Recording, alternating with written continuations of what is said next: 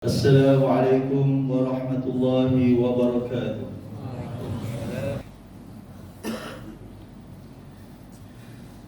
الحمد لله القائل: أعوذ بالله من الشيطان الرجيم. ولوطا إذ قال لقومه أتأتون الفاحشة ما سبقكم بها من أحد من العالمين إنكم لتأتون الرجال شهوة من دون النساء بل أنتم قوم مسرفون أشهد أن لا إله إلا الله وحده لا شريك له وأشهد أن محمدا عبده ورسوله اللهم صل وسلم وبارك على سيدنا محمد وعلى آله وصحبه أجمعين. أما بعد، فيا أيها المسلمون اتقوا الله، أوصيكم وإياي بتقوى الله فقد فاز المتقون. قال الله تعالى: يا أيها الذين آمنوا اتقوا الله حق تقاته ولا تموتن إلا وأنتم مسلمون. Muslimin yang dirahmati Allah sekalian, marilah kita bersama meningkatkan ketakwaan kepada Allah Subhanahu wa taala dengan melaksanakan perintahnya dan meninggalkan segala larangannya. Pada hari Jumaat yang mulia ini, marilah kita mendengar dan menghayati khutbah yang bertajuk LGBT Tabiat Songsang. Hadirin sekalian, LGBT ialah lesbian, gay, bisexual dan transgender. Istilah lesbian ini dalam agama Islam disebut dengan as-sihad, iaitu perempuan yang melakukan hubungan seksual dengan sesama perempuan. Gay di dalam agama Islam disebut istilah al-liwat, iaitu orang yang melakukan perbuatan seperti perbuatan kaum Nabi Lut. Pelakunya disebut al-luti, iaitu lelaki yang melakukan hubungan seksual dengan lelaki. Baik seksual pula ialah lelaki atau perempuan yang melakukan aktiviti seksual bersama mana-mana jantina sejenis atau berlawanan jantina. Transgender pula ialah lelaki atau wanita yang berkeinginan tampil berlawanan dengan jenis kelamin yang dimiliki sehingga boleh menyebabkan transseksual, iaitu mengubah alat kelamin. Perbuatan LGBT ini termasuk dalam perbuatan dosa besar kerana ia termasuk dalam perbuatan keji yang merosakkan kepribadian moral dan agama. Hal ini sesuai dengan firman Allah Subhanahu wa taala dalam surah Al-A'raf ayat 80 dan 81 yang bermaksud: dan kami juga telah mengutus Lut ketika dia berkata kepada mereka, mengapakah kamu mengerjakan perbuatan keji yang belum pernah dikerjakan oleh seorang pun di dunia ini? Sesungguhnya kamu mendatangi lelaki untuk melepaskan nafsumu kepada mereka, bukan kepada wanita. Malah kamu adalah kaum yang melampaui batas. Allah telah melarang kaum Nabi Lut melakukan perbuatan ini, tetapi mereka tetap melakukannya. Akhirnya Allah memberikan hukuman kepada mereka dan menterbalikkan negeri mereka, sehingga penduduk Sodom di sebelah timur laut nanti atau di Jordan sekarang, termasuk isteri Nabi Lut yang menyokong dan bersekongkol dengan pengamal-pengawal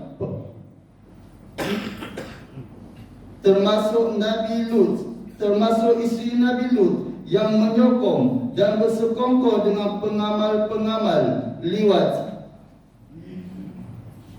tertanam bersama-sama dengan terbaliknya negeri itu. Hanya Nabi Lut dan pengikut-pengikutnya yang soleh dan menjauhkan diri dari perbuatan homoseks terselamat daripada azab itu. Ulama fiqh sepakat mengharamkan homoseks berdasarkan kaedah fiqhiyah al-aslu fil abda'i tahrim.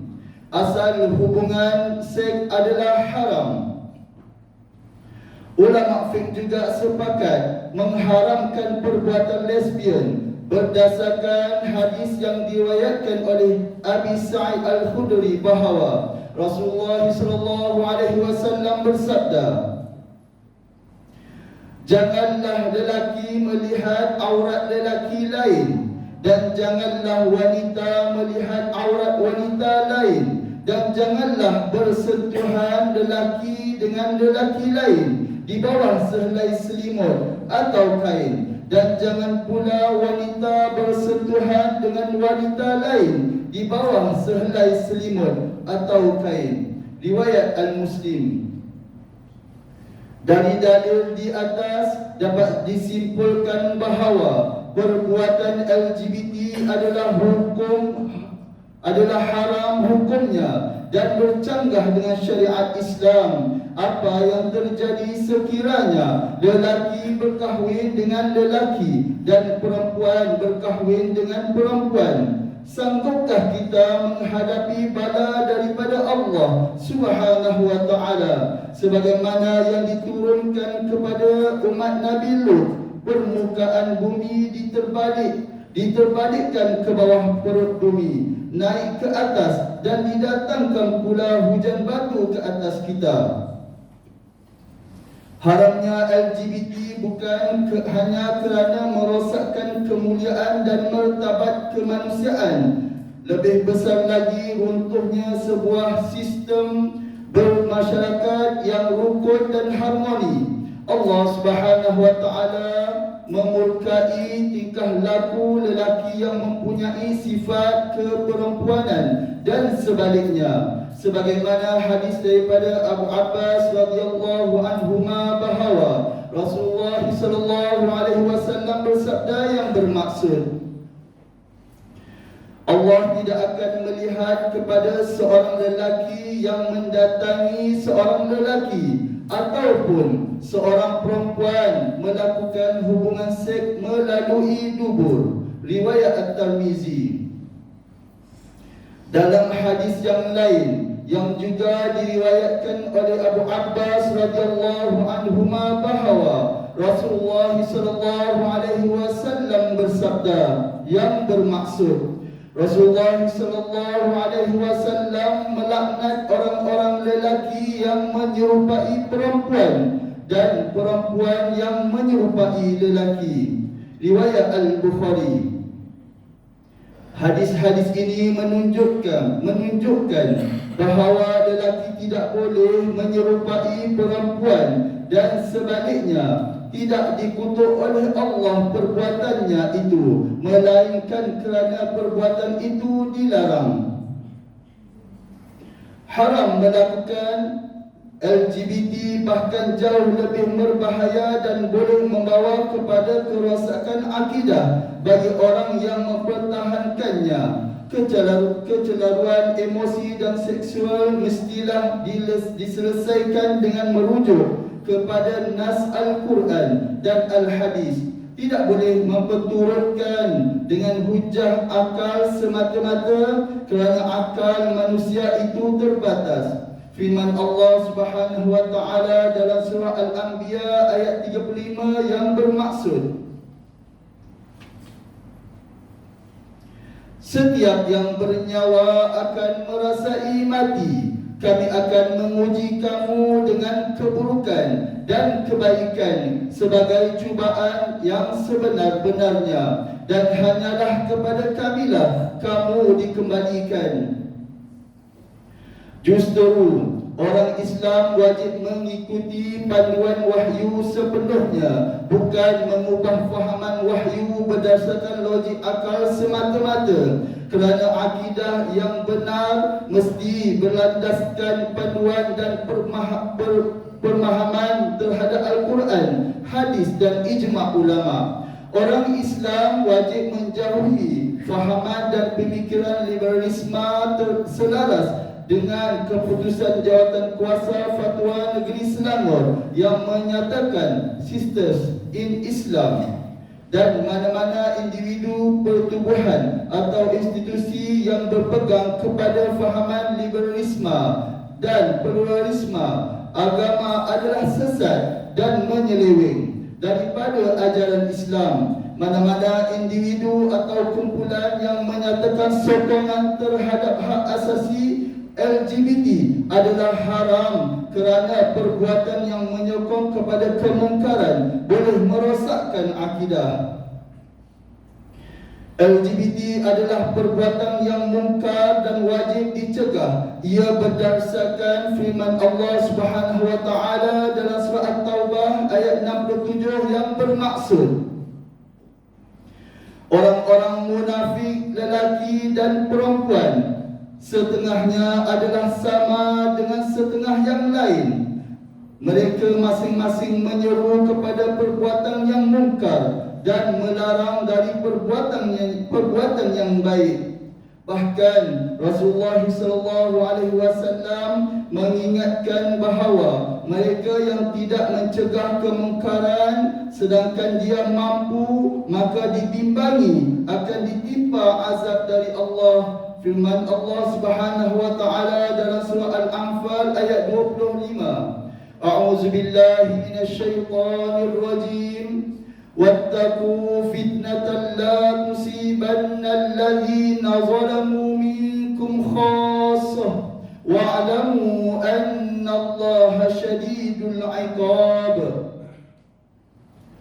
Dan jagalah diri kamu daripada berlakunya dosa yang membawa bala bencana yang bukan sahaja akan menimpa orang-orang yang zalim di antara kamu secara khusus, tetapi akan menimpa kamu secara umum. Dan ketahuilah bahawa Allah Maha berat azab siksanya. Sehubungan dengan itu, demi menjaga agama dan akidah umat Islam, Duli Yang Maha Mulia Sultan Selangor tidak berkenan terhadap apa-apa jenis atau perhimpunan mempertahankan dan menuntut hak-hak LGBT diadakan di negeri Selangor. Semua umat Islam tidak boleh melibatkan diri secara langsung atau tidak langsung terhadap aktiviti, promosi atau kumpulan yang melibatkan apa-apa tentang LGBT. Hadirin yang dikasihi sekalian, mengakhiri khutbah ini, marilah kita menghayati tausiah berikut. Pertama, kehidupan seorang Muslim mengikut peraturan agama, bukan agama itu diperaturkan secara sesuka hati. Kedua, ketaatan terhadap ajaran agama Islam bukan menggunakan logik akal semata-mata, kerana akal itu sangat terbatas. Ketiga, Allah yang menciptakan makhluk, maka Allah lebih tahu apa yang baik atau yang tidak baik ke atas makhluknya. Keempat, orang Islam yang beriman dan bertakwa wajib menolak LGBT dan menolak kumpulan liberal dan mendukung tabiat songsang ini. Khalifah Abu Bakar pernah memerintahkan membakar pelaku homoseks supaya mereka merasa kepanasan api dunia sebelum kepanasan api neraka. Kelima, pengamal-pengamal LGBT dan yang mempertahankannya hendaklah kembali bertaubat, menyesal dan tidak mengulangi perbuatan haramnya. Kecenderungan seks songsang adalah tabiat yang boleh diubah melalui mujahadah nafsu yang berterusan. A'udzu billahi minasyaitonir rajim. وأمطرنا عليهم مطرا فساء مطر المنذرين. Dan kami hujani mereka dengan hujan yang membinasakan, maka amatlah buruknya hujan azab yang menimpa orang-orang yang telah diberi amalan. Barakallahu li wa lakum fil Qur'anil azim wa nafa'ani wa iyyakum bima fihi minal ayati wa dzikril hakim wa taqabbala minni wa minkum tilawatah innahu huwas sami'ul alim. Aqulu qawli hadza wa astaghfirullahal azim li wa lakum wa lisairil muslimina wal muslimat fastaghfiruhu innahu huwal ghafurur rahim.